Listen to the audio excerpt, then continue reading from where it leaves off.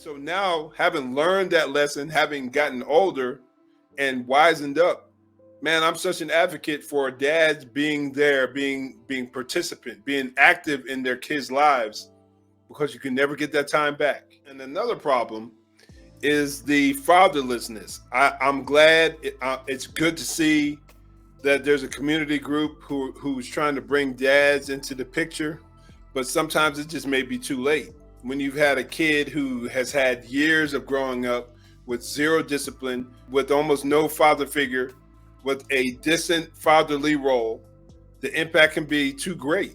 Or most likely, there have been many times where that kid was allowed to do whatever they wanted to do, especially being raised in a single parent home where the discipline isn't as great as is compared to when a father is there as a daily reminder of don't play around. Kids have a greater tendency to go out and just do all kinds of ungodliness, all kinds of evil. End up in prison, end up pregnant, end up addicted on drugs, end up becoming alcoholics, suffering from mental health issues. It goes on and on, the issues that come without the father playing a significant role in the home.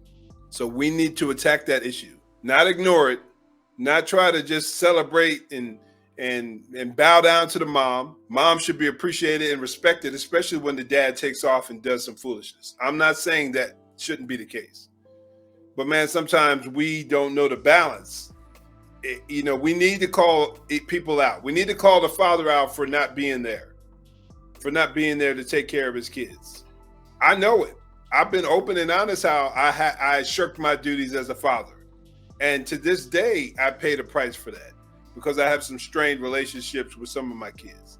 I'm not proud of that fact, but I know that to a large degree, not in every situation, but to a large degree, a lot of those actions, a lot of those problems were based on my inaction, were based on my absence.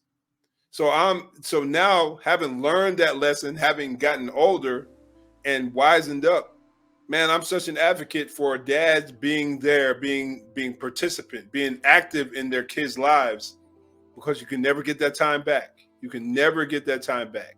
And fighting for, doing everything you can to fight for your rights to be able to be there with your kids, being a good parent, being an active role model.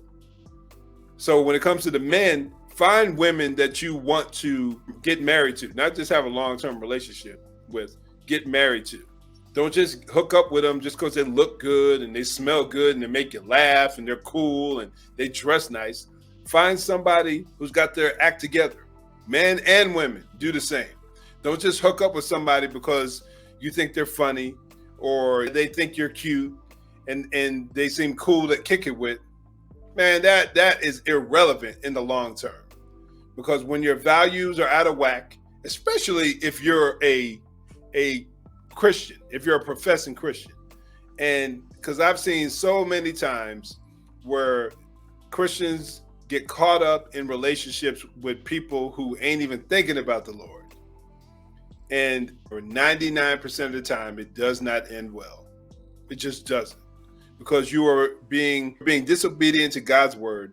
You are being unequally yoked to a non-believer. When you have one person seeking the things of the world and you're over here seeking the things of God, how do you expect that to work?